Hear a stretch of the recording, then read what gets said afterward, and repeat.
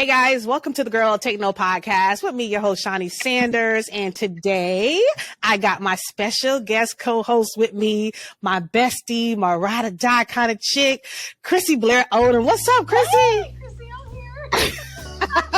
I love it. I am so glad that you've finally been able to make it on the show with me. Yes. Like, seriously, okay? Because we had one planned before, guys, and she had to cancel on me, okay? Which is kind of messed up, but she's here now. Okay, good. I'm glad. But listen, let me tell you guys about Chrissy Blair-Odom. She is, God, I don't even know, like you guys don't even know, like she is a fashion designer, right? She's been in the fashion game for a very long time, worked with some of the biggest names in fashion. A lot of you don't even know about those labels. So she's doing very well in that. And now she is the creator, the CEO, the director, the innovator of the Luxe Boxx. And for you guys who don't know what the Luxe Boxx is, she's going to tell you what it is, but I'm going to just tell you exactly what I'd say I know it to be. Yeah. It's luxury in a box. That's exactly what it is. It's luxury items in a box. And nobody does it like she do. I actually got one from my husband 2 years ago, and it's actually on my Shani Sanders page. So if you guys want to go to that page and look for that post, but it was a black box and it was everything that was luxury black in it, and it was just beautiful. So you guys have to definitely go to her page, Luxe Boxx, and she'll tell you all about it. So Chrissy, tell them all about the Luxe Boxx. So Luxe Boxx is my baby. It was something that was born out of me because I felt like we all should be accessible to luxury.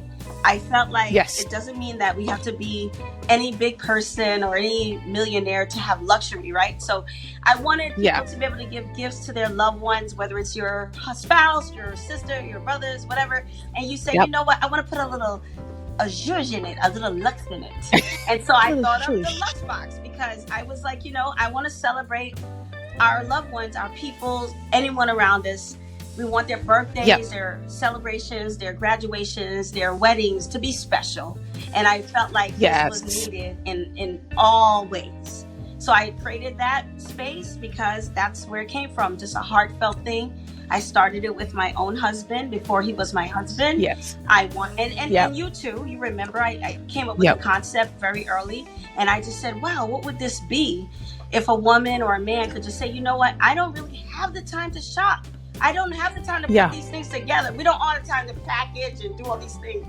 And I wanted that to be special. I wanted to not lose the specialness of when we package and present something to our loved ones. And that's what Luxe Boxx is. So the specialness of gift giving. Gift giving is such a, for those, especially with the holidays coming up, this would be a perfect time to definitely get the Luxe Boxx because the holidays are coming. Thanksgiving, Christmas, New Year's, it's a perfect time to get it. And just being able to give someone the gift. I mean, there's something about giving gifts to people, especially if you're a giver. You know what I mean? Like I love to give gifts. You love to give gifts, which is why the Luxe Boxx was such a natural progression of your career. Because you love gift, you love luxury items, you know what I mean? Affordable luxury items, being that you've been in fashion and you're always like have some cool earrings, have something that you're wearing that's always fashionable and luxury to people anyway. And so this was a really great transition for you. Absolutely. It really was. People don't understand like what I'm like sometimes the crossover, but it was always a part of me because no matter what, whether I was doing fashion, hair, anything with this, it was about making a persons feel special. So the Luxe Boxx does that. You order your Luxe Boxx. You're telling me what you want in it. You're telling me about your special person. You're saying to me, this is what they love. Can you create a good vibe for them? And that's what we do. Yes. We create the vibe around what you're saying your special person wants. That's what Luxe Boxx does. Yes, that's so awesome. Yeah. That's so awesome. Listen, you guys are going to be able to definitely reach out to Luxe Boxx. All the information is going to be in the podcast notes, of course, and also on YouTube. All the information will be down there as well. So you got to go follow the Luxe Boxx on social media, on Instagram, and definitely make sure you put an order in. It's that time of the year.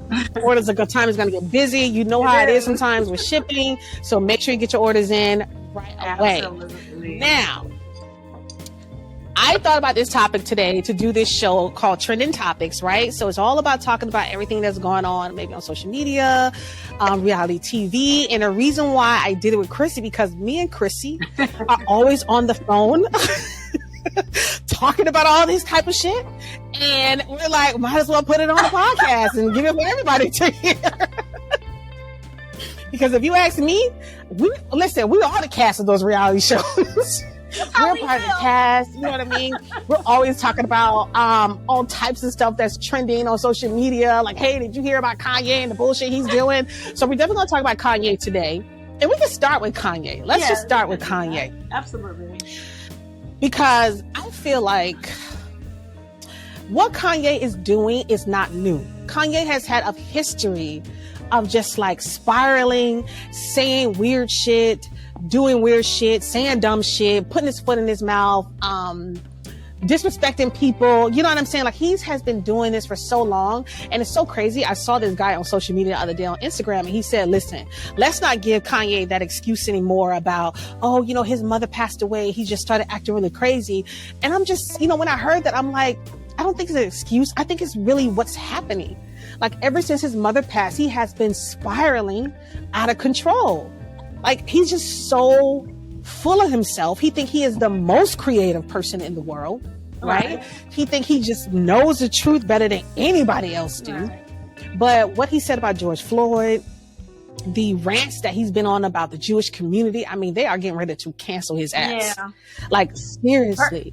And I just don't know what's really happening to him. Well, what I'm going to say to that is that I'm not even worried about what's happening to Kanye. I know that he struggles with mental health. I don't know to what degrees. I feel like his mom's passing may have contributed to more of an escalation. Does that make sense? Yeah. So that's my opinion. Yeah. I'm not a doctor, so I'm not going to be here to diagnose him. But what I will say is, as a person in that position, as a person on these platforms, we always talk about this, young man or man, you went up there and said something very derogatory about George Floyd. His killers have been convicted and sent to prison. And you have now tried to downplay that in your platform to people who don't even care about you. You're upplaying it to a certain audience to gain their trust by demising another experience of a family, a man who died in this way, a very violent, terrible way. The one time we could get the justice suffice to the crime.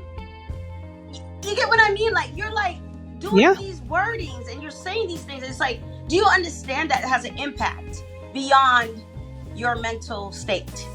Because this man was convicted by a jury and judges and said, hey, he did this crime, he murdered this man, and you're over here telling people that's not the case, and unraveling everything these prosecutors, these so-called the police that were good police who did police work, you know, people who were there for the family, who stood for the family, the community who witnessed this, those kids who taped it and was like, yo, what's happening? Oh my God. Like, and their lives that were put in danger because of it. They are also traumatized for the rest of their life by watching a man die on the street. So man, and just that theory of him saying that somebody injected him with something. And I just said to myself, millions of us watched that video. Millions of us. And you telling me that you're the only person that observed something, the only one. Like, that shit is weird. Offensive. I'm so tired of I know he might have mental problems. Well, then lock him up. Put him in a straitjacket. Put him away. I don't want to hear from him anymore on that level. I wish I could have had something else to say. I don't appreciate what he's doing. And I know he said a lot more things and to offend a lot of cultures and other people. And I'm not even sufficing that, because my thing is that your platform is so large, brother. Your mom is gone. And I know that Donda was also a very educated woman. I think she taught you the ways of like to fight for the truth. I don't think she misguided you. Did. I won't say that about your mom. I think she wanted you to be a beacon for your people. Yeah. You have for your people this platform and turned it about you. Period. He has. And I think some effects on others. You're thinking about yourself. He doesn't. Only. And I have nothing else to say say about it. I'm just not respectful of him, and I'm done. He's not. And sometimes I think to myself, like, damn, maybe he just say a lot of this shit just for shock value. You know what I'm saying? Like, maybe he say a lot of this just to.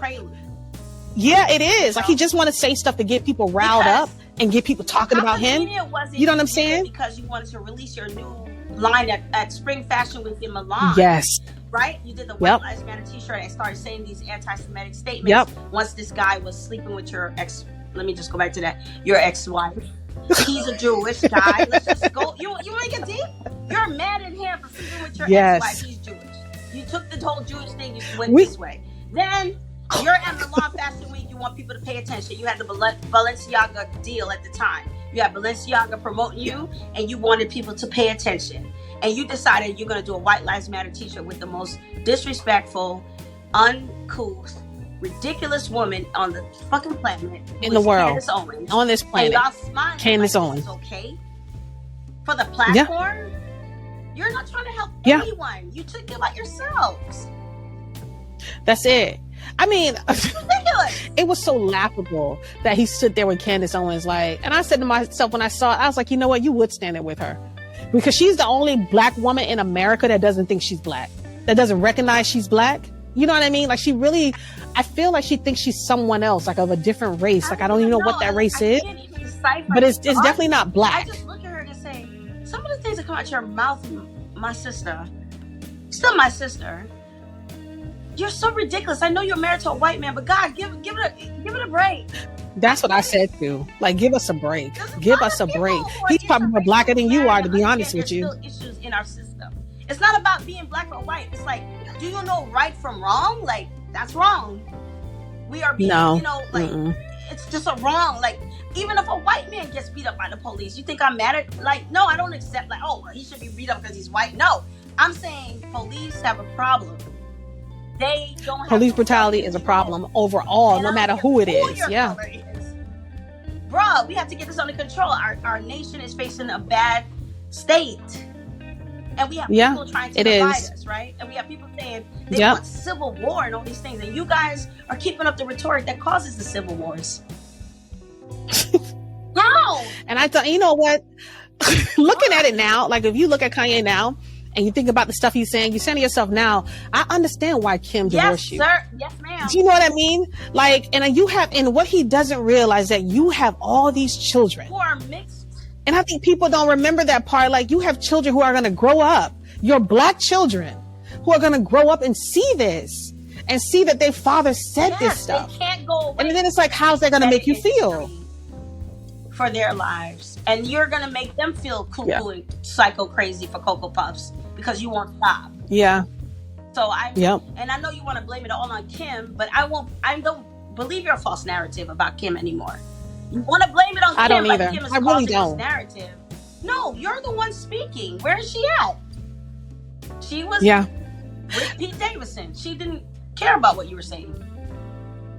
You know what's so crazy? When you said that about the Jewish community and Pete Davidson being Jewish, it makes so much sense. Like, honestly, yo, I never thought about it in that manner. But now thinking about it, and I'm like, yo, you're just jealous. You were jealous that Pete Davidson, out of all the people in the world, out of all the most unlikely people that we would have ever saw Kim with, right? Pete Davidson was dating her, and you just got mad about that. So that's why he's a homeboy. Kanye. No, Kanye, you're DEFCON on. You've been trying to take this guy down. That's so crazy. So now you came with this whole other narrative. And I get what you're trying to say. If you said it in a business-like, formal way to say, you know what? We do have people controlling certain things. We want our seat at the table. We want our chances. I'm not saying that. But you're just attacking a particular group because you were mad this man slept with your wife. That's what you're mad about. That's what you're really upset about. Everyone else. I'm sorry. Instead of going directly at him, you rather go at the entire Jewish community, and that's when you messed up. I'm not I just don't like this crowd. Listen, technical difficulties is a part of any online virtual process. So you don't know me. I be at work. I be like, boop. I be telling them technical difficulties. Call in tech. I told you. I know. Did you do this? Did you publish? I be like, no. Call in tech. I get it. Hey. Listen, before we got cut off, we was talking about Pete Davis because you made a very interesting point that I never thought about, and I don't even know if anybody else thought about it or that I've seen think about it, that Kanye went on this whole Jewish ransom because Pete Davis, who's Jewish, was basically fucking his wife, his ex-wife. So that's why he went on this whole rant about everything. And it makes so much more sense now since you said it. Because I was like, damn. It really do. Is Jewish from what I understand. I could be wrong. Yeah. If y'all know, tell me I'm wrong. But I'm pretty sure when I first wrote about him, something about his Jewish roots. I don't know from where, from who, how connected it is. And he's from Staten Island. And I said, oh, okay. From Staten Island. And then SNL is a show that produces a lot of Jewish comedians. Let's just be honest. There's a lot of writers on there. There's a lot of cast that are Jewish descent. And so for you to come and attack them makes me understand it wasn't really a true attack for anything in particular. It's just because you're mad because this man slept with your wife. You've been trying to get her back. It wasn't working. And he kind of deployed that. Basically, Kanye was caught up in his feelings. Exactly. Yes, ma'am. He was caught up in his feelings. Man who saw his wife with a man. That's exactly what that was. Like, God. But now he don't sit up there and talk about the whole entire Jewish community. Because he feels and now they're all up in arms and ready to come and cancel him. And you know, he could talk about cancellation. No, dude, you canceled yourself because you're being very disrespectful. He did. You're being beyond. You know what's so crazy? I saw something he put on, I don't know when this was, but it was on Twitter because I was going through his feed. And, you know, and I saw that he put something on, but I created cancel culture. Girl, that's what I'm saying. Like he created cancel culture. The world that he's the one who gave Quentin Tarantino the idea for Django, right? And the funny story about that is, like, after my husband and I went to see this film, you know, because we're researchers, we love movies, we love film, we're out of TV people, we're sports people, whatever. So we love research. And so when we saw Django come out, you know, we were like, wow, you know, look at Django telling the truth about what they feel is the truth. And we want to be supportive. You know, the black man's story. He's a bounty hunter with a German guy helping him find his wife who's enslaved with all you know, crazy scenario. And then this man had the nerve to say he gave Quentin Tarantino that idea.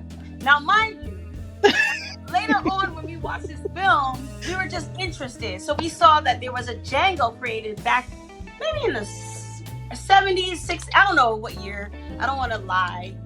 You know, I don't know the year. I don't know it offhand. But we saw it, and I said, Russell, there's another Django, you know, created. And then he said, babe, that guy who played the original Django was in the film. So he says, remember the guy he was. Do you know how to spell it? At the bar, if people don't pay attention to small little intricate things, he said, babe, that was the original guy who played the bounty hunter for Django back then. Now, the story may have been different because I think they put it a different way. I think Quentin Tarantino got the influence and decided, you know what, we're going to make Django a slave who came out of slavery and is looking for his loved one. I'm not sure if the original Django is the same film, but for you to get up and say that you're the one who gave them the idea because you thought your video for Gold Digger was going to be about a slave who ran away or whatever, and now you're saying that oh my God, later, Jimmy Foxx started filming. So I says, you know, being from fashion and working with good artists, whether they're actors or artists, I know how long it takes production to get things done. It doesn't happen overnight. So even if you stole my idea, no, it doesn't. 4 months later, I can't be filming your idea. I have to get my writers involved. I have to get the studio involved. I have to get everybody on board before I got to get a budget. It's a lot that goes into production. So you're not going to tell me that overnight you told Jamie and Quentin you had an idea about this person. And next thing I know, 4 months later, Jamie's filming Django and he stole it from you. And Django was a film previous to this. You're not going to say that to me. But that's Kanye.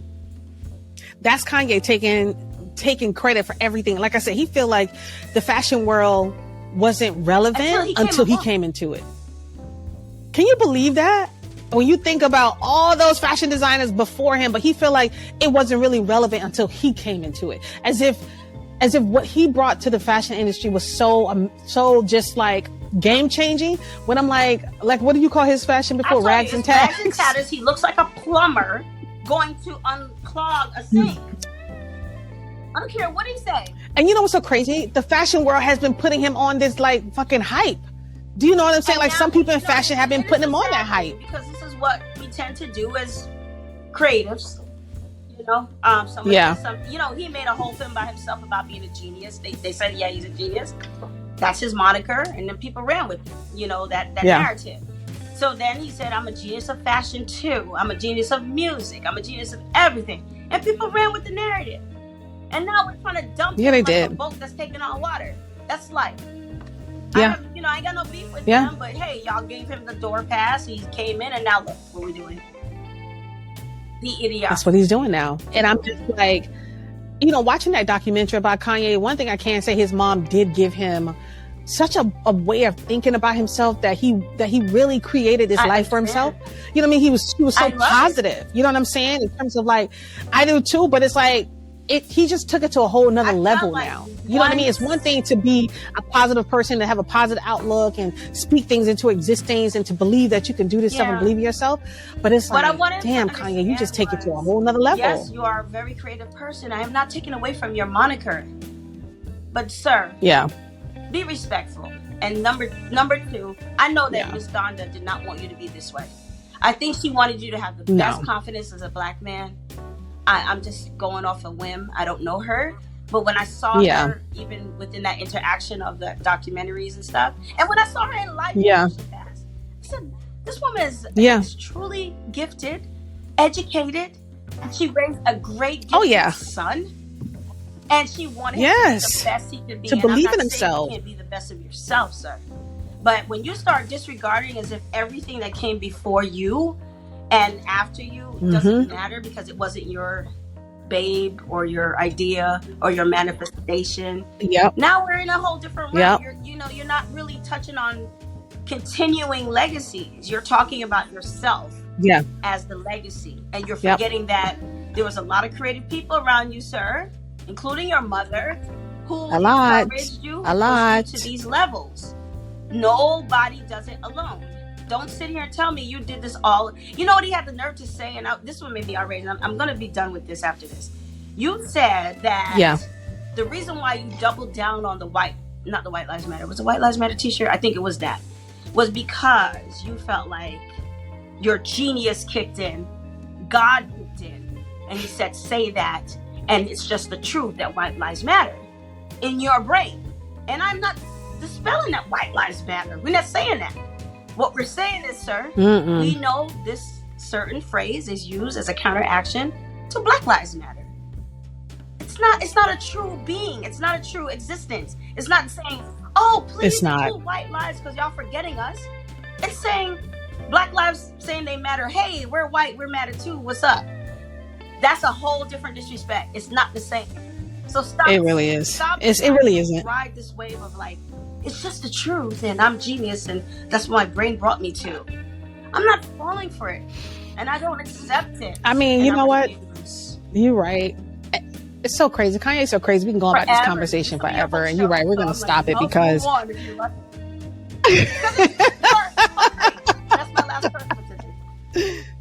Yeah, listen, it is. And we're just going to move on from him. All we can do is pray for him. I'm just going to pray for you, Kanye. I don't know what else to do.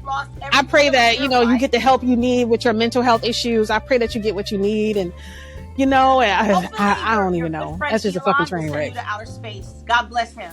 I love exactly. You're a good friend. Yeah. Thank you. Blessings. Yeah. So we're going to shift from Kanye and we're going to move over to the beef of a century. Everybody's talking about it still. Nicki Minaj and fucking Cardi B. This is how I feel. 4 scenes. They're beefing. I'm so lost. Still, it has been an ongoing beef, and I don't even know if anybody remember how it actually started. I don't even know if I remember how it actually started. I just remember they tried to fight each other, and Cardi got that big ass knot on her head. I don't know what happened, during that time, but it's been going on, and it's been going on ever since then. Ever since then. It's still going. And it's not that I think they've been making diss songs and stuff like that about each other. I think it's just been a lot happening behind the scenes. You know what I'm saying? In terms of bad mouthing each other and stuff like that. But it's so crazy that beef is still going on, where people are like, this is so crazy. Like, I was on TikTok a couple of days ago, and this girl was on there talking about, she was so upset. She was like, this is a Cardi B fan page. And I mean, she was screaming that shit. And she was like, if you are down for Nicki Minaj, stop putting that shit in my comments. Move on. Don't like nothing on my page. Like, she is such a Cardi B fan. And I've noticed that the Cardi B and the Nicki Minaj fans, the Nicki fans, the Barbies, right? They are so fucking dedicated to each other. Like, Cardi B fans are dedicated to her. Nicki fans are dedicated to her, where it's like, so much so with Nicki fans that if you don't support Nicki as a fan, they like block you, cancel you, you done type of shit. There is no, I like Nicki and Cardi to them, because I like Nicki and Cardi. I don't even know why I gotta choose when I can have both. You know that song? Why should I choose between this one and that one when I can have both? Absolutely. You know what I mean? It's like telling people because they're both room for each other. It's like saying that, I don't know, like example, like, I'm a big fan of Misa Hilton. She's my great she's you are a big fan of Misa. She's my mentor in my head. She has taught me from fashion from when I was growing up, and I just loved everything she did in her life, and to see her today, and then I'm still like, I was ready to like join her academy. I'm like, damn, I'm old as hell. I can't even, I know it's for the young kids, but I was like ready to go to her school again, like just to re-educate myself. You're like, I want to join. So it's like saying to the people around us that they don't have a space. It's like blocking us out of each other as Black women, number one, or Latino Afrocentric women, or whatever you want to call it. It just, as a rap star, as a woman, bringing this platform, and you're telling each other we don't have space. Why? Basically, I don't know. And you know what's so crazy? I don't even think they are saying that Nicki, I don't know, but they've been saying that Nicki has been canceling chicks from the rap game for a long time. Like, chicks who try to get into this rap game have not been able to succeed simply because of her, right? Because she has canceled them out. She has made sure that it didn't make it. Like, I think they are. I really believe that they're giving her too much power. That's the narrative that's being circulated. Maybe Cardi said, bitch, you ain't gonna cancel me, and now everybody mad. You know what I mean? That's all that is. And she didn't. She's just not. No. She's relevant. She's still doing her thing. She's still doing it. We love Cardi before rap, after rap, forever. Because she's just a personality that will never go away. She's big personality. It's so crazy because I never forget when I was watching her when she was on Love and Hip Hop, and I go, that girl gonna be a star, and I didn't know in what. I just felt she was, and she always had this crazy Instagram like, doing this crazy stuff. I'm gonna follow her. She wasn't even. Yes. I didn't know. And that's what I'm saying. None of that. I was just like, oh, she want to be a rapper. Oh, that's so cute. That's what I used to say. But she's a star because of her personality to me, to my eye. She was. She did. You could tell that from Love and Hip Hop that she was going to be a star. And the one thing I could say, I didn't know where. Yeah, but the one thing I can say is that I respect Cardi B 100% because you saw her fucking grind. You know what I'm saying? Like, you really saw her grind. You saw how she was like trying to get in the studio, trying to make sure she get her music heard, and people wasn't really trying to feel it like that. And she just blew the fuck up and put everybody to bed. You can't cancel that type of personality. I'm sorry. Sorry, Barb, whatever y'all want to call yourselves. But you're right. You know, the point is matter. Like you said, I don't know why both can't be. Why they can't just be both existing in this arena where they are, right? And it'd be really nice to see that they don't have these issues with each other. To see both of them on a song together would be like, oh my God, that should have been crazy. You know what I mean? Like, crazy. That would never happen. I feel like the fans. I wouldn't say it will never happen either. Than it needs to be. Because I think so too. Oh my God, I gotta go get my a place, and we have a voice. And we get to sit behind our computers. Always. Start beefs that even these stars are and just say whatever, right? I don't know. They're probably not even thinking about I'm going to I got to pause here because my computer's about to actually die. So I'm not going to stop recording. I'm just going to pause here because I can edit this out.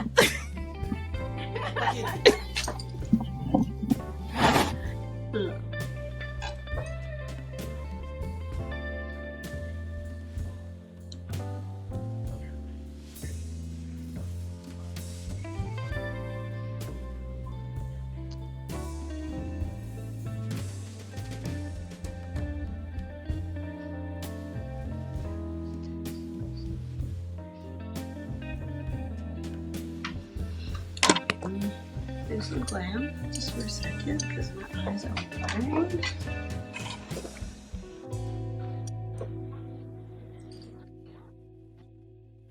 Okay.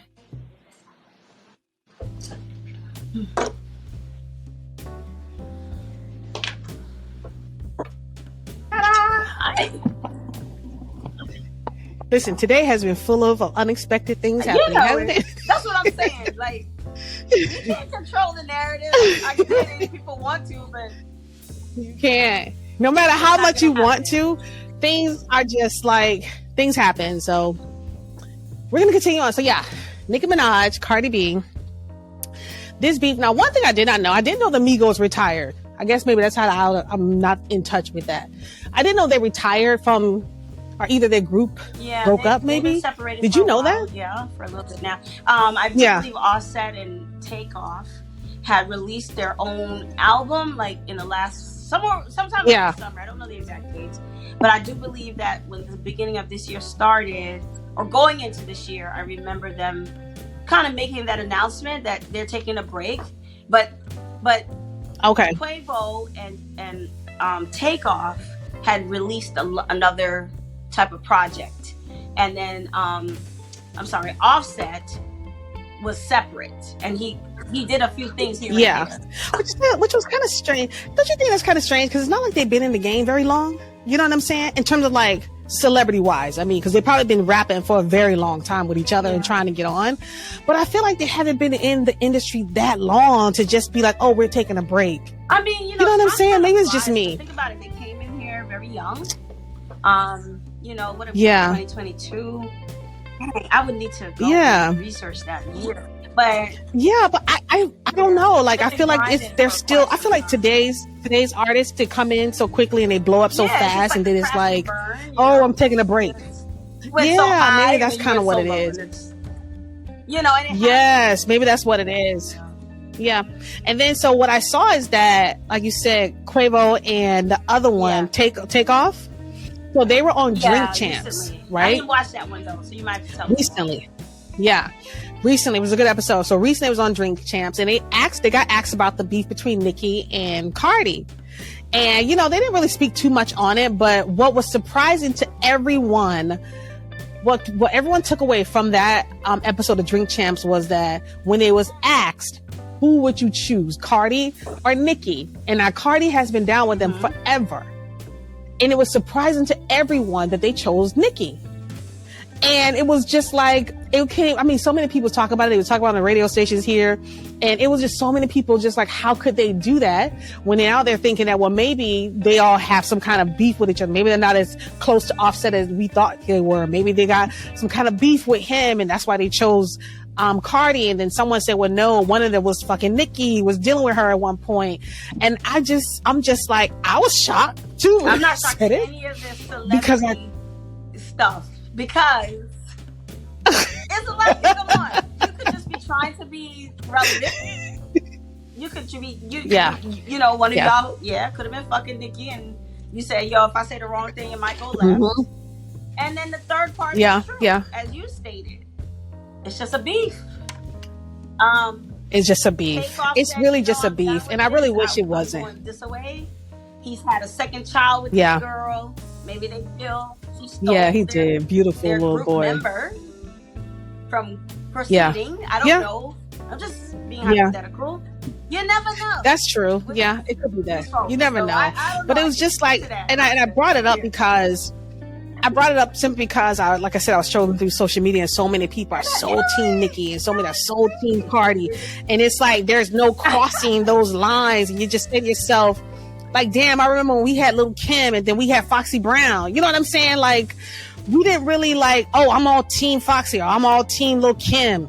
We didn't give a shit. Like, we just love female. We just love female rappers. Period. Until these other young girls came in the game, she was already respected. She was never disrespected until then. Female artists, coming up as a young woman. Lauryn Hill, everybody, Queen Latifah. It was a different type of relationship. When these other young ladies came in, they wanted to take the stage so bad. The disrespect came from more. To me, this is my opinion, guys. Please don't kill me in the comments. But honestly, from those generations of Barbs and stuff. I feel like that's it has we started because looking at things a little differently, like skewed, because a lot of times they think, oh, they're not relevant. We don't have to respect them. And we don't have to do these things. And it goes on as they get younger and younger. So it's like it caused that. It does. You know what I mean? Like that narrative or that talk. And like I said, I feel like the fans do more than the artists. I don't feel like it's the artist. Because someone made a good point that they said a lot of, because like you said with Kim, she didn't get disrespected until these other ones came, these young ones came in. So Nicki was the one that came in and was disrespecting Kim. And a lot of people, someone said, like, if you look at the beefs that happen with female rappers today that's in the industry, Nicki is the common denominator. You know what I mean? She's the one that's seemed to have what you let Nicki tell. Nicki ain't got a problem with nobody. Everybody got problems with her. But she seems to be the common denominator. It's like, I love how she does that and she flips it. But that's what people do, you know, to flip it around. Yeah, they do. And I love Nicki. You know, I do. She's very good at that. Congratulations. She is. She can spin it. She can spin that shit real quick. Flip it around and say, I didn't do anything. I just said this. She is spin it. And so recently, I love it. So let me tell you this, and then we're gonna move on from this conversation too, because we have others to cover. So recently, Nicki and JT, you know JT, that girl from City Girls. Shout out to the City Girls, fucking love the City Girls. She got on live with Nicki and announced that her and Nicki are doing a song together. They doing a group. I forgot what it's called the Queen something. I just saw it, and so of course Cardi saw it because you know Cardi did the song with the City Girls, right? And Cardi saw it. And Cardi's kind of like, what the fuck? And I think she ended up calling JT a lapdog. So her and JT started beefing on Twitter. Let me tell you something. A lot of beef happens on Twitter. Yeah. Twitter is what, 140 characters? I think it's maybe a little bit more than that now. But for it to be such a platform where you can't say that much, there's so much beef that happens on fucking Twitter. Twitter is like the playground for beef. We watch her on Twitter. Yo, everybody, Kanye rants on Twitter. Everybody loves Twitter, yo. They love it so much because it's the playground for beef. I can't speak to any of it, but I believe you. I believe that happened. I do believe Cardi would have called her a lapdog. A lot of times when people would tell you, and now, that's what she said. That's what she said. She called her a lapdog, and Nicki and them was on live. And so her and JT was going back and forth. So it's a never ending cycle. But you're right. It's these younger girls that are coming up in this rap game. Cardi called you a lapdog. Yeah. It's the younger girls. It's the younger girls that are coming up in this rap game that have no respect for one another, no unity, no sisterhood for them. And they just beefing because they want to know who's the best, who got the best lyrics, who wear the best shit. I mean, they might be mad at me later, but girl, no, you're not in those categories. I'm glad if Nicki or Cardi get on your song. I love the City Girls. Young lady. Yeah. I like y'all. Yeah, they're not at the level of Cardi or Nicki. I love what y'all do. Oh my God. But, you know, I'm a huge City Girls fan.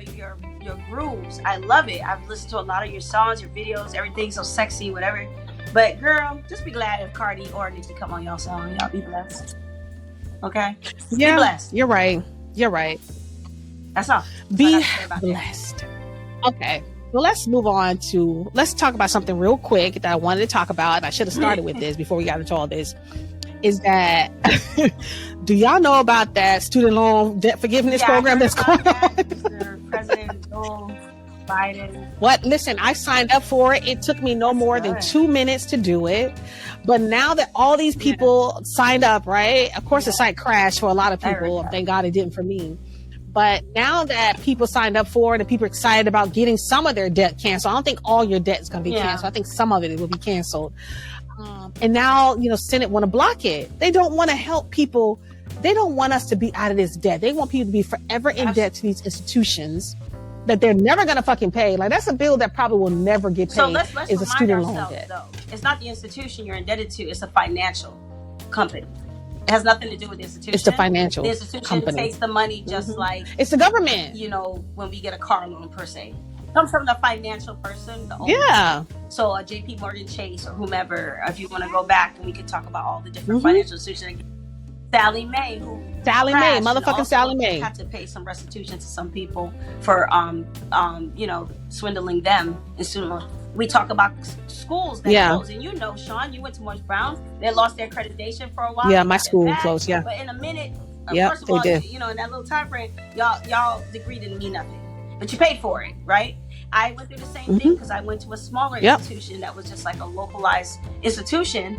Wasn't a university, but they lost their accreditation, and I kept walking around like, I got this piece of paper. It doesn't mean shit. I could wipe my ass with it. Nobody cares. It doesn't mean anything. Yeah. Accreditation is gone, and I'm still paying because when you lose that accreditation, that's it. So I understand that the loan forgiveness program is in existence, like you said, and I understand the fact that it has to be a program criteria, right? We fall inside of something to qualify. So we may not just be like, oh, you're zero.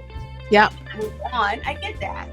But what they're trying to do right now is that they don't even want us to get the assistance to even try to rectify. No, they That's don't. That's the part that is like upsetting. No. Because states, even with the federal, people forget, when the federal government puts something into law, even if it passes Congress and the House and the Senate, if the states don't adopt it, it don't mean nothing. It don't mean It doesn't shit. work. No, it doesn't. I don't think people do. I don't think people recognize that. You're right. That has to go through the branches, but it still has to be adopted by your state. So you're saying I got forgiven by and your state said nope. Now we're gonna. You know what? I saw just today, as you brought this up, I saw an article about some states saying now they're gonna apply this loan forgiveness debt to your taxes. They're Can you believe that? Their way to make sure, no matter what President Biden did. They collect something. Now slap you with a tax lien and say it's part of your taxes. So now we're even out of the conversation of forgiveness. We're in the conversation of debt. That's it. And that's why I get it. That's it, because they don't want Gen Zers, whatever they want to call it, the newer kids. They don't want to fucking go to college. I get it. Why the fuck would I want to go sit and get $70,000? No, they don't. Debt for no fucking reason, and still have to open my own business because nobody pays me. What am I doing? Yeah, and then when they don't want to go to college, and the reason why is because they don't, like I said, they don't want to take out the loans. They don't want to owe people for the rest of their lives, and a lot of them are very smart. $70,000 debt, and no matter how many times I try to work it out, do payments, it's still at $70,000. Why can't it go away? I went to school when it's never gonna end. Somebody help me. It's never gonna stop. It's never gonna stop. It's never gonna stop. And I feel like the student loan debt is just something the U.S. just loves for us to hang over us. It's the way they make money, because the interest rate that racks up on these loans that none of us are paying.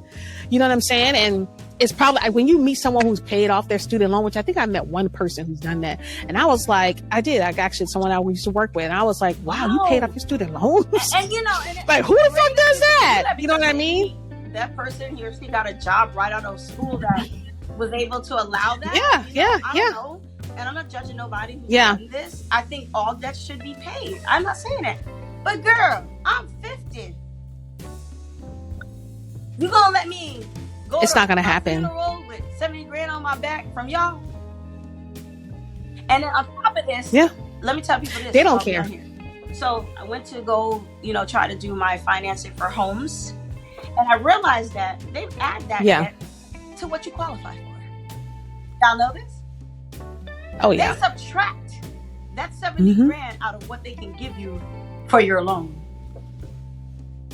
So what are we talking about here? Are we talking about a system of payback? Or are we talking about keeping certain groups in a certain way? Because they're keeping certain groups in a certain way. They keep you in debt. I heard it because, of course, I wasn't a home buyer earlier in my life. I'm trying to buy it in my later life. And then she says, wait, how much is your student debt? And I told her, I said, well, this is what I did. I paid some interest, but it's still at this number. He goes, oh, well, we got to subtract that. We can give you that as part of it. So your down payment goes balloon. It's just a way to keep people down. It's a way to keep people down from achieving the things that they want in life. I owe a financial institution the money. So why are you putting my debt in my loan for a house that I want to buy and purchase? So this is how so crazy. I actually have an episode coming up about that. Yeah. I have an episode coming up where I'm going to interview these women who have an amazing real estate company. They're going to talk about all of those things with the home buying process, the myths, talk about all of it, because it's so important, because we do have, like yourself, so many people that want to buy homes. I myself, who I'm a homeowner, but also want to get something. We need to get a bigger home. And it's like, what do we do? There's so much going on, the high interest rates that we don't really know if it's even affordable for us right now. Random thing like, oh, let's just throw that in there. Like, yeah, this is what we're going to add to that. This is what we're going to do with the interest rate based on her economic income, based on her color, based on her where she lives, based on where she wants to buy. The same thing as redlining, but in real estate. Everything takes place. Does that make sense? So it's just to always keep that does make sense. Group. And I'm not saying white folks, please, white people, I don't think y'all fall into that category, because some of y'all do. Y'all ain't all in a $100 million, $100,000 medium.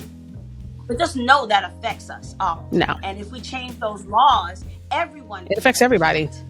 It's not about color all the time. Mm-hmm. But it does have a bigger weight on people of color and descent of color. Because that's who they wanted to target in the first place. Oh, yeah. It's just that now it affects all communities, not just the one. And I'm just trying to say, like... Not just the one, all communities. Yeah, anybody who's trying to buy, it affects. That's who it affects. One who's trying to buy, it doesn't even matter. All right, so we're going to move on from the whole Nicki Minaj and Cardi B drama, because like Kanye, we could talk about that shit forever too. Hopefully they will get it together one day. I mean, one day we might actually see them on a record together. Never say never, right? Never know. And then the Cardi gang and the Barbies can all kind of come together and love each other to all at once. But let's get into reality TV, which is our favorite subject, which is what we talk about on the phone, and act like we're there, act like we're part of the cast, act like we know everybody. You know what I'm saying? So let's talk about it. We're going to start with one of your... We're going to start... Exactly. Friends in my head. We're going to start one of your favorite. Yeah. Okay. Kill me with this one. We're going to talk about the Kardashians. Yes, ma'am. Okay? The greatest super family on TV, I might add. They're better than the Brady's. They are very super successful. New season on Hulu. First, we thought the show was over, but they decided to come on Hulu. New season on Hulu. I myself actually have been watching it. Now, I gotta admit, I have stopped watching the Kardashians for a long time, because I felt like, how can I just watch people get richer and better in life? You know what I'm saying? How much more of this I can watch, right? So, but I'm not hating, because they're doing their thing. But the new episodes, of course, it started off with Chloe and the whole Tristan situation of him having another baby, and how devastating that was to her. Yeah. And I think that was a really good episode to watch, because one, you know, like in my head too, Chloe is like my bestie. Like out of all the Kardashians, I love Kim, I do, but I feel like Chloe is that one that I'll probably be friends with. Right. You know what I'm saying? Like real friends with. Right. And the fact that she never gets up on love, I think that's what really makes me like her so much, because I feel like she's like us. She loves love. You know what I mean? Like she's always trying to find it. Yeah. But I think it was such a good first episode to really show her real truth, to show what she was really going through. You know what I'm saying? Because sometimes they don't share everything. And I just thought she just exuded such great strength. You know what I mean? And that any woman goes through when you've been hurt in that type of situation. Yeah. I totally agree. Okay, so, you know, my poor husband, because he has to be subjected to this stuff, right? So, I know. You know, and so, you know, to a point where, you know, I'm like, okay, you're football, I'm Kardashians. Me in the middle. All day. So reality football. So he always has this saying about, oh, she's going to cry in the car, Chris. Don't worry about it. She's going to cry on TV. But when she gets to the car, she's going to cry. Oh, yeah. Right? So I really appreciated Chloe's vulnerability throughout, not just this season, but just with dealing with Tristan as a whole. I mean, you know, he didn't have a baby with her, but he did sleep with her sister's best friend. And, you know, that's kind of like, you know, we thought that was the done deal. Yeah. I was like, oh, let's cut that cheese. It's over, right? So for her to even still say, I want to be amicable with this man, maybe it's just that charming. I don't know. You know, I don't know either. All I know is that he's young. You know what I'm saying? You know what? I must say, you know, sometimes when I watch him, I get to see him as much. Of course, I don't see them, you know, like all the time. But I always think, kind of just so charming sometimes with her. And it's okay. And I get it. But I love that she was able to show, like you said, the hardest part of life is where we want to be amicable with a person we say we love. or in love with, or be a parent and make sure that the child is not affected by our antics. Does that make sense? Yeah. And that does make sense. That. I love that she does that, as a reality TV star. Yeah. That's all. She makes the vulnerability look very important. And, I must say not Chloe, but her sister also with Scott. When Scott took her through some stuff, Courtney, yeah. She did try. She didn't stay to say, well, you're just going to be fine. But she did say, you're always there, Father. Don't worry about it. Get yourself together. And I feel like these women she did. have always exuded that. But I really commend Chloe, because it's like other kids showed up. It was just the weirdest. It's tough. I was just like, man, I probably I'm done. But she did that. Yeah. So it's all good. She did, because they had the other baby coming at the same time. Right? And you know what I'm saying? That she didn't know. What she didn't know is that she did agree to marry him. You know what I'm saying? That was very shocking when that came out. That she did agree to marry him, full well knowing he had this new baby coming. You know what I mean? Like, Tristan, you just really fucked up. Curve. Does that make sense? Yeah. I think she tried as much as she could. You know what I'm saying? I think she'll always love him for simply being the father of her children. But I think she tried her best, like she said. And this probably was the last straw for her, but you know what? You never know. You know what I mean? I don't know. She loved the way she loved him. When I see her speak of him, I still see the glitter in her eye. For him, I'm hoping for the best. I'm hoping for the best too, because you never know. They might get back. I don't know her personally, but I'm just like you said, it's my it's our best friends in our head. And when I see her, she reminds me of any of my girlfriends, and I'm like, I see the glitter still in her eye. I think she wants to still manifest to something better. Yeah. Yeah. This is a good season, I gotta admit. Kim is just doing Kim as usual. Being successful, being sexy and shit, dating Pete Davidson at that time, you know what I'm saying? Which was very interesting to watch. And what's so crazy?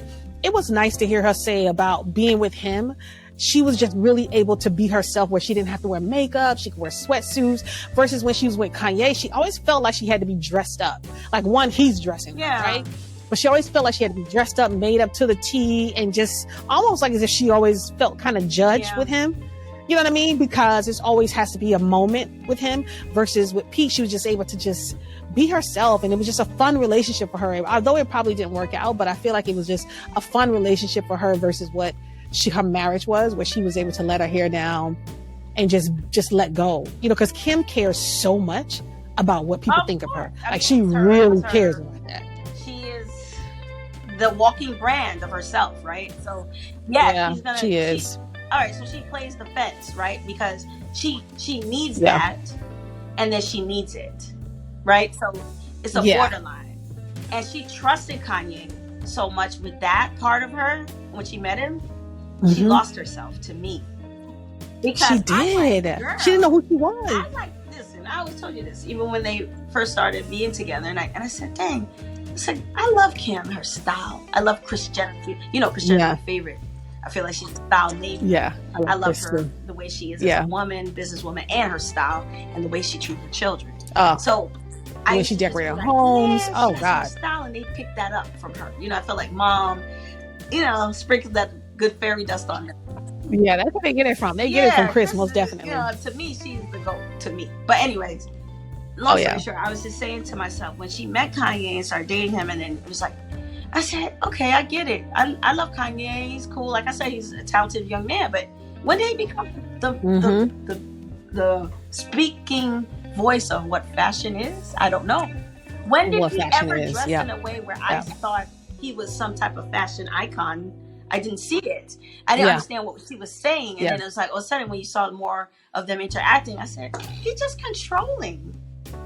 It's not about he's controlling. He was controlling. It's about the control of the moment. He was. And she was right in step with that, because people might judge her and talk about her, but I do know Kim is a people pleaser in some senses. Yeah, she where is. Her man, whoever her man is, she loved them to death, and she wanted to do everything to make them feel like men and be happy with her as well. And then she cares about her brand and what she presents. So she trusted him so much, and along those years when they were together, I just felt like she lost a lot of her sensibility. I felt like the fashion was so different. I wasn't loving all of it.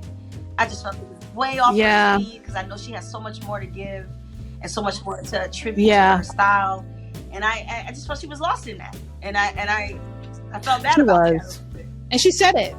And she said on the episode, I don't know if it was the first one or the second one, but she did say it in terms of like she was trying to figure out what her style was now without Kanye. You know what I mean? So she was just trying to figure it out, playing around with a lot of different things. So she really lost herself. But you know what I'm really loving about the Kardashians this season?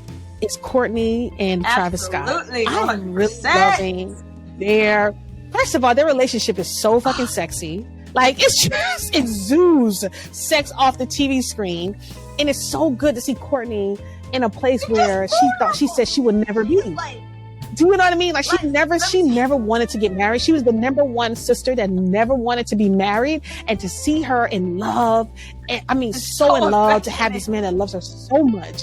So affectionate. We've never seen this kind of affection from her with Scott. I always go back to the fight they had, which she said, the most uninteresting. It always rings in my head. And I said, well, damn, this season, she is the most interesting one, girl. You gotta take it back. She is.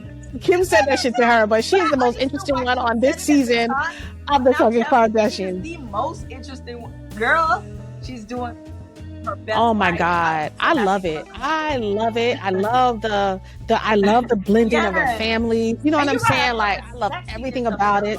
They're so sexy together. I love the sexiness of it. And to see her married and see her so happy.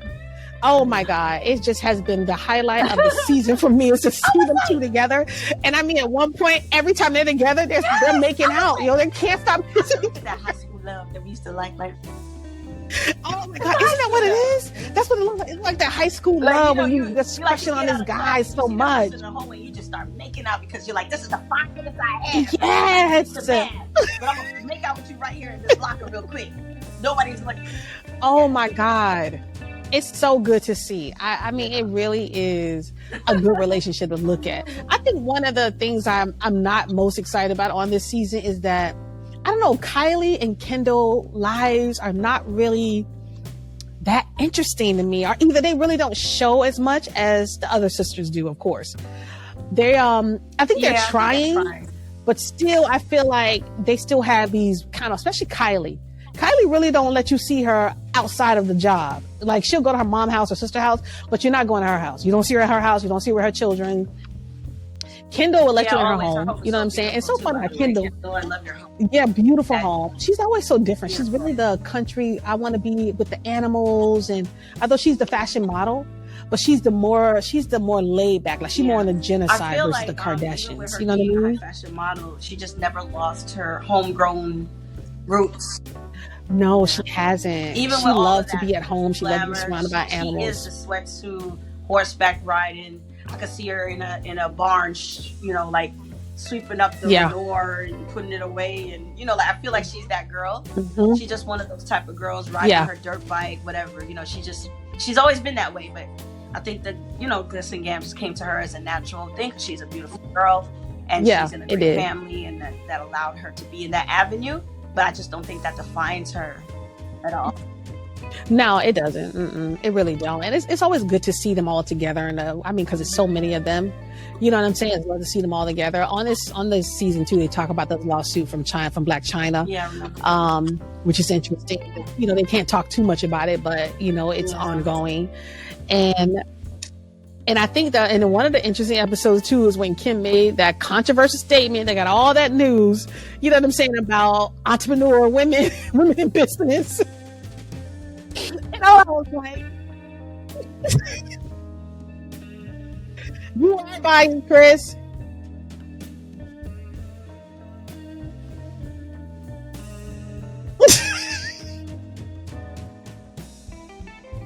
That's what she thought. She put her foot in her mouth for real. She did.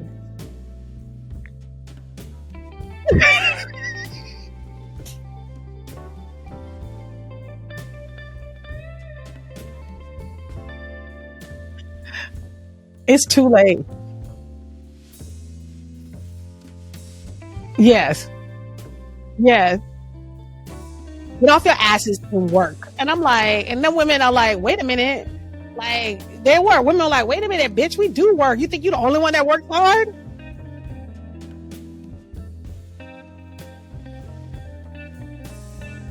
Yeah, she did. She didn't mean it that way, and she said she didn't.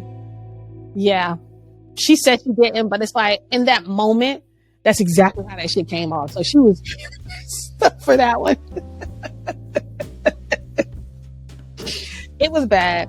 So all to say, I like this season of Kardashians on Hulu. Most likely, I'll probably continue to watch the season because I normally don't, but I will. Okay. I will watch it. I will watch the season. Moving on now. So the new season. Damn Kardashians, man. You love the Kardashians. It's like they don't even know that you.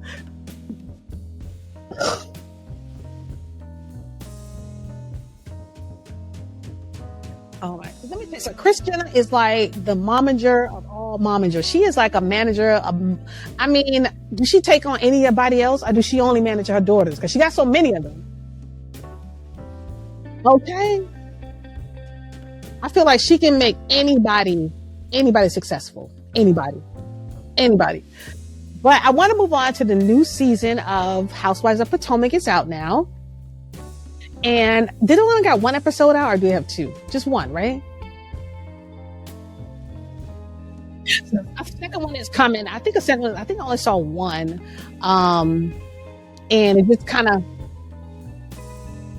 yeah. And it just kind of stems off of, I'm really interested to see what this season is going to be about. The whole thing with Giselle and Wendy is still ongoing, of course. Karen had some kind of event, and the spring some kind of event, and it was so funny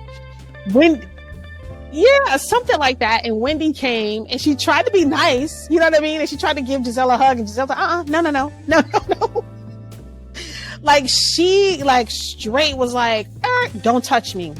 And she told her, no, I don't want no hug from you. Because Giselle's like, listen, we're not friends, so don't come around here trying to hug me like you trying to be fake. And not that I like Giselle, because between Giselle and Robin, I just really didn't care much for those little blue-eye bandits. You know what I'm saying? Because they was very much so mean girls for many seasons. So, not really a big fan. Yeah, being messy, being mean.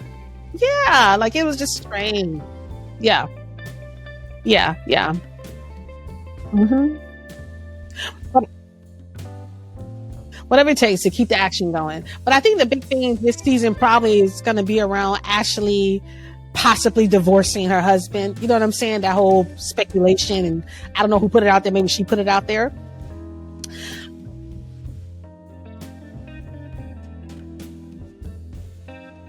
Yeah. Yeah. No. Could be. Yeah.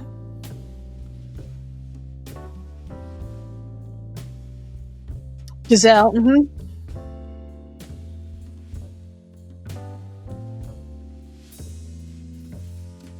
Yeah.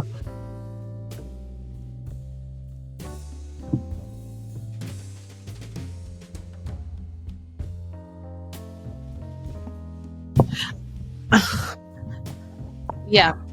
I think she is definitely jealous. Get this microphone. Yeah, I do think she's definitely jealous. I think she's jealous of every young girl. I think she's jealous of everybody that comes into the group. Anybody new that comes to the group, she always got issues with them. It's always something wrong. You know what I'm saying? She's definitely jealous on that. But you know what was good to see? Her daughters, her twins, they are so beautiful. They are just growing. Her daughters are just growing up. They are just growing up. They are so smart. And you know what? They try to put their mom in check at times. You know what I mean? They try to let her know when she's wrong and when she's doing too much. So I like that about her daughters. I do.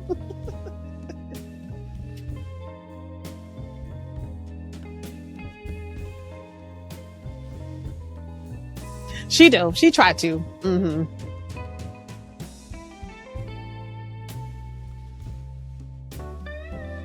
Oh yeah. Yeah. Mm-hmm. Yeah, sometimes. But the new season is on, so I'm definitely interested in watching that season. And then, because we're gonna wrap this show up, what other season? I think the only thing that's left is the Housewives of Salt Lake City, the Jen Shah.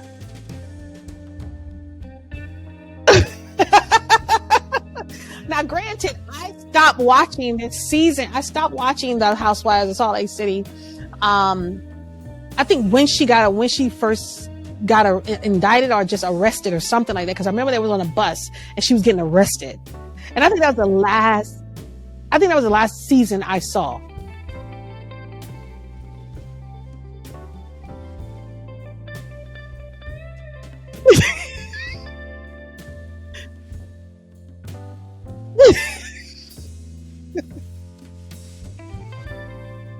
Oh my God.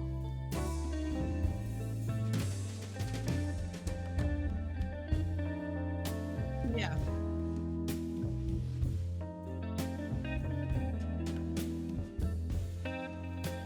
I mean, I feel like that with certain reality shows. Like if certain reality shows didn't have certain characters, like Atlanta Housewives, if they did not, I mean, listen, if they didn't have Kenya, I'm just gonna be honest. Kenya is messy as shit. She started a lot of shit. But if they didn't have Kenya, what would we do? What would we watch it for? Yeah, Nene was good. Nene and Kenya could go at it too. Yeah. Nah. Mm-mm. Yeah.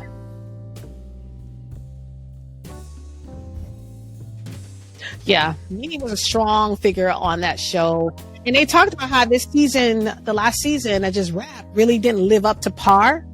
And they think because of, Portia left and of course Cynthia left and the fact that they don't have Nene.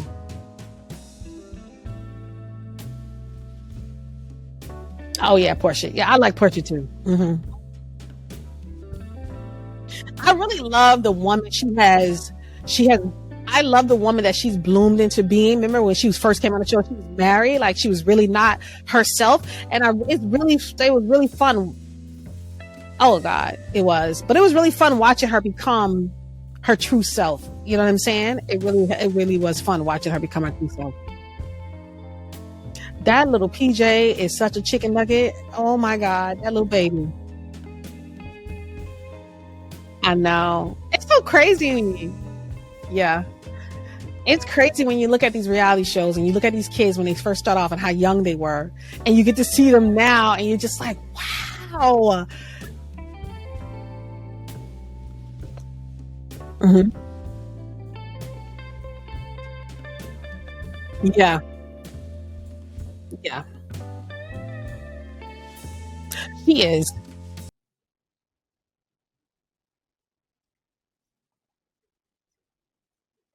Oh yeah. Oh yeah.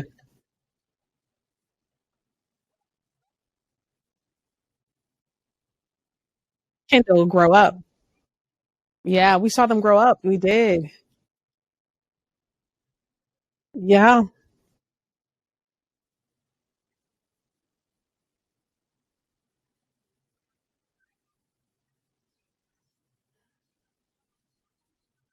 She is. I would wonder too. I wonder. Oh yeah. Yep, she's a mom. Yep, her road to being a mom and stuff like that. You know what I wonder too? We're gonna close the show after this. So I wonder if if Kylie give her sister Kim any props and saying, you know what, Kim, you set the path for me because bitch, I want to be just like you. And she just took it a whole step further. You know what I'm saying? Because Kim opened the door. You know what I'm saying? Into like I don't know. I hope she do because I'm like Kylie. We know that you're just a younger version of Kim. You know what I'm saying? And of course, you just took your whole brand to another level. But I when I look at her, I see. I hope so. Yeah, I do.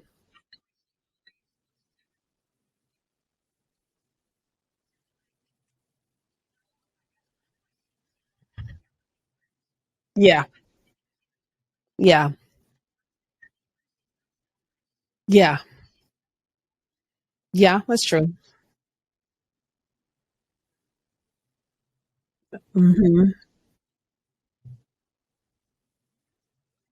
Yeah, that's true. Well, listen, Chrissy, I appreciate you being on the show with me through all the technical difficulties we had today. I appreciate you being on the show with me. Finally had you on the show, guys. I'm super excited. This show will definitely air on next Thursday.